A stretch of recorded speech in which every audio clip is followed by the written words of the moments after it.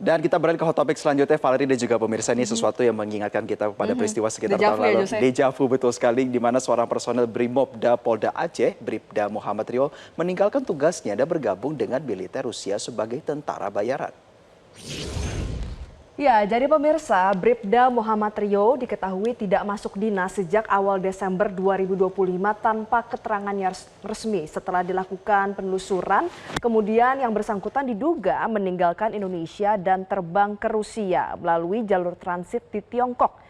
Tepatnya dengan rute penerbangan dari Bandara Internasional Soekarno-Hatta menuju ke Shanghai di tanggal 18 Desember, kemudian lanjut ke Bandara Internasional Haikou Meilan, Tiongkok pada tanggal 19 Desember.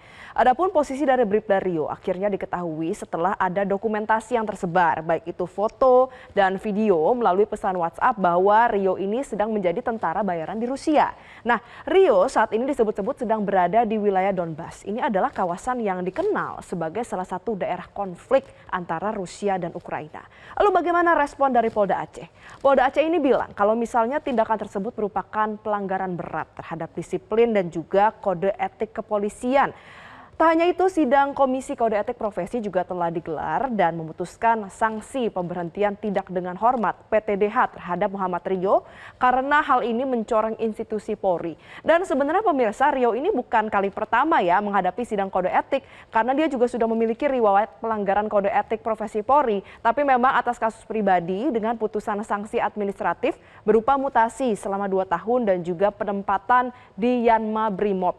Dan sebenarnya balik lagi tadi di awal kita sama-sama bilang kalau ini seperti deja vu karena ini bukan kasus kali pertama. Tepatnya di pertengahan tahun lalu juga ada mantan prajurit Korps Marinir tapi dari TNI AL ya. Kalau ini kan dari Polri. Namanya Satria Artakumbara. Kalau pemirsa ingat, Satria ini juga bergabung dengan militer Rusia dan pemerintah menilai dengan bergabungnya Satria dengan militer Rusia, maka Satria kehilangan status warga negara Indonesia.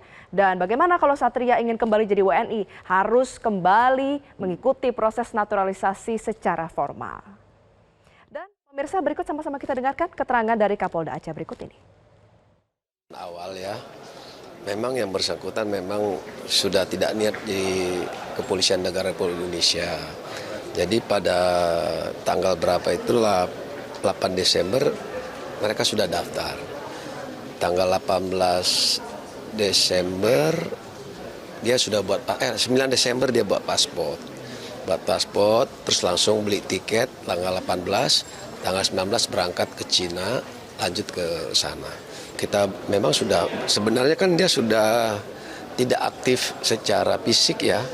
Sehingga dapat hukuman sudah 3 kali lah dia. Pertama KDRT terhadap keluarga, meninggalkan dinas, terus KDRT keluarga. Hasil sidang diputuskan waktu itu yang bersangkutan tidak layak untuk menjadi anggota Polri lagi. Ya, rekomendasikan untuk PTDH. Baru di PTDH kira-kira berapa minggu yang lalu ya.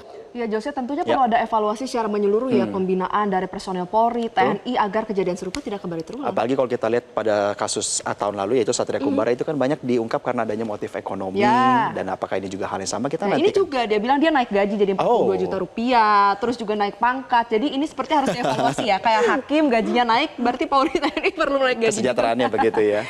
Jelajahi cara baru mendapatkan informasi. Download Metro TV Extend sekarang.